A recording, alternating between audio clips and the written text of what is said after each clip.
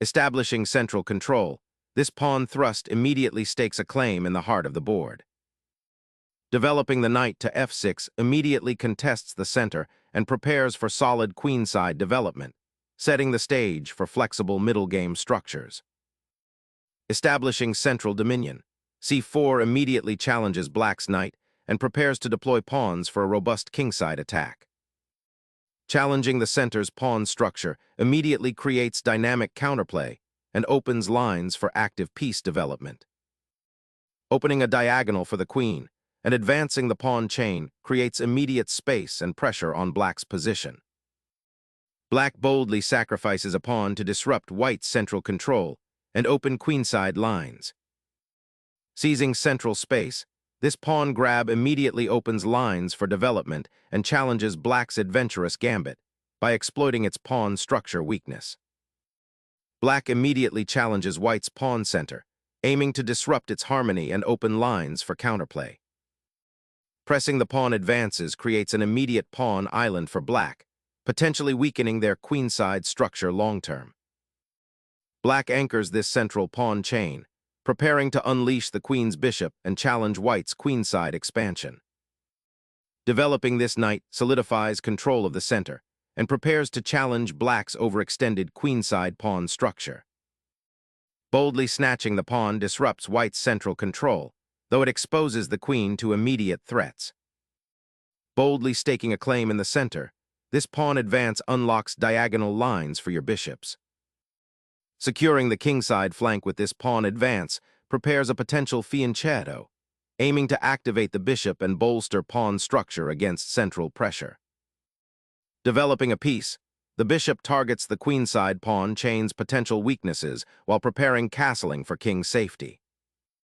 Developing the bishop to g7 completes black's kingside development, creating a solid fianchetto that controls the long diagonal and prepares for castling, solidifying the pawn chain's defense. Developing this knight fortifies the center and prepares for king's side castling, aiming for rapid kingside security. King safety secured, black now prepares to develop the remaining pieces and challenge white's central pawn chain. A strategic repositioning, aiming to connect the rooks and potentially redeploy the knight to a more active central square. Solidifying the central pawn chain and preparing to contest the e-file creates dynamic counterplay. Castling solidifies the king and prepares for central action, a natural step after piece development. Developing the bishop to b7 immediately eyeballs the queenside pawn structure and prepares to contest the central files.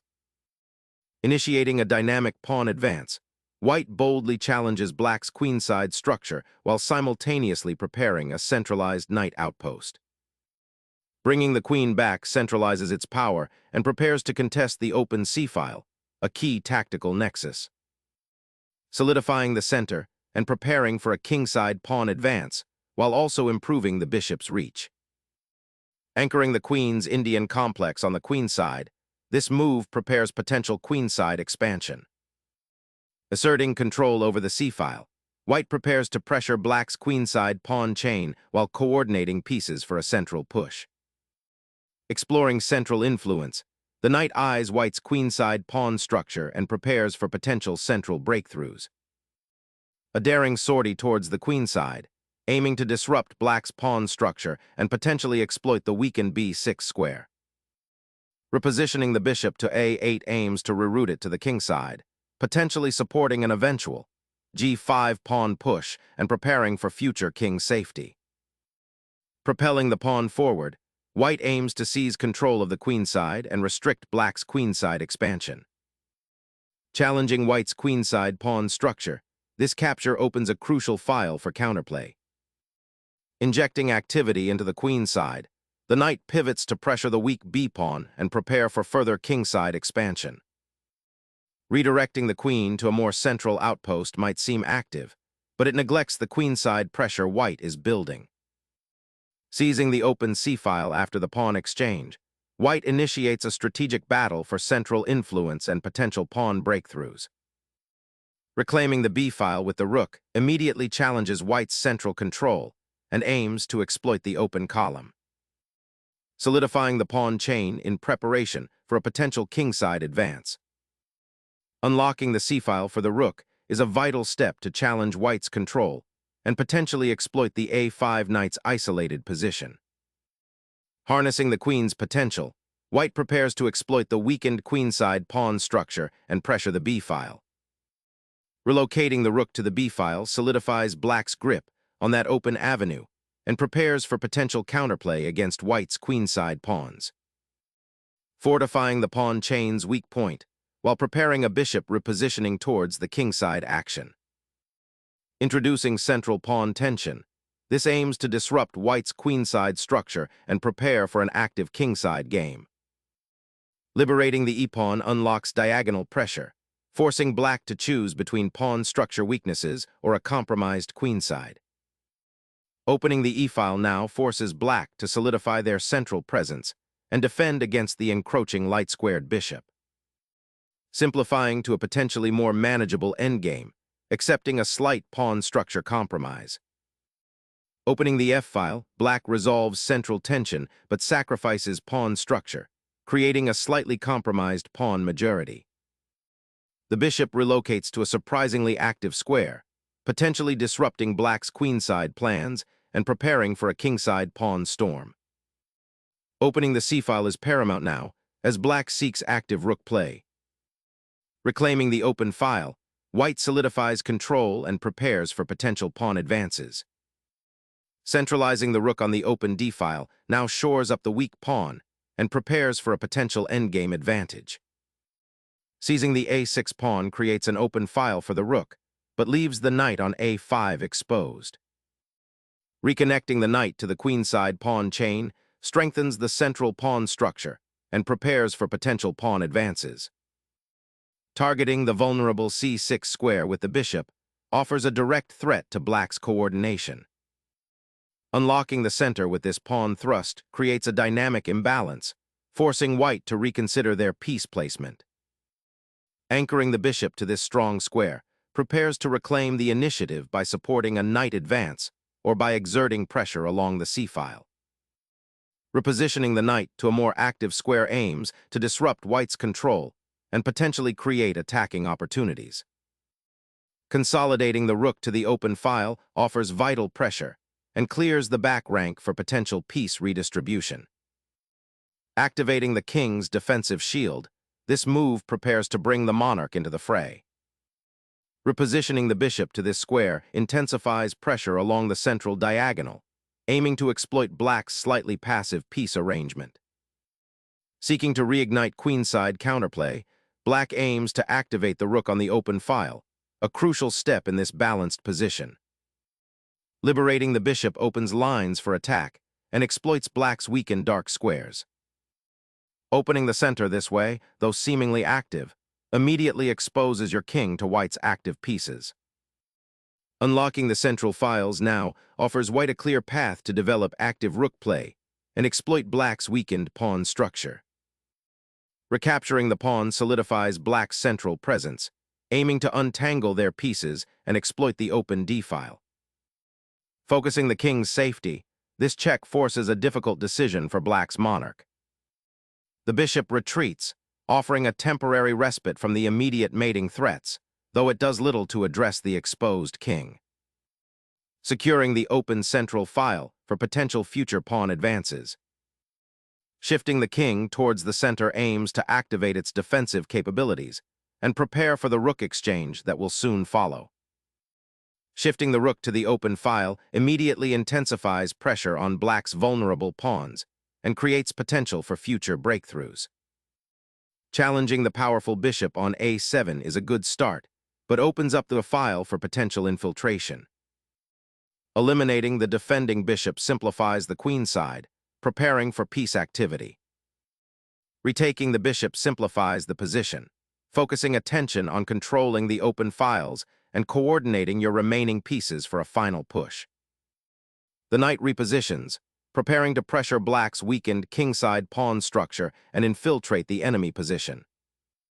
A bold maneuver, this check targets the exposed king and forces a difficult decision regarding piece exchange. Securing the monarch amidst the chaos, This repositions the king for a more defensive stance. Reclaiming central space with the bishop forces a pawn exchange and activates the piece. Repositioning the knight to a more central square aims to improve its influence over key squares and support potential pawn advances. Simplifying the material exchange finally opens critical lines for decisive tactical operations. Recapturing the knight strategically opens up the file and shores up white's queenside pawn structure. Rescuing the pinned knight opens up new avenues for the king and activates the central pawns. Exchanges the knight for the pawn, simplifying into a more favorable endgame. Centralizing the pawn structure after white's knight exchange is a logical goal for black in this endgame. Reactivating the king's central influence offers a chance to improve piece harmony. Shifting the king towards the center opens a path for the rooks to coordinate and attack the weakened pawns.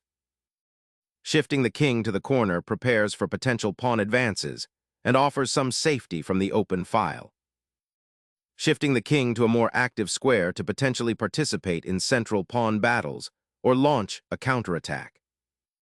Recentering the king from the side aligns with the endgame's focus on centralization and avoids awkward opposition. Aggressively pushing the g-pawn opens lines for your remaining pieces, aiming to exploit white's somewhat exposed king.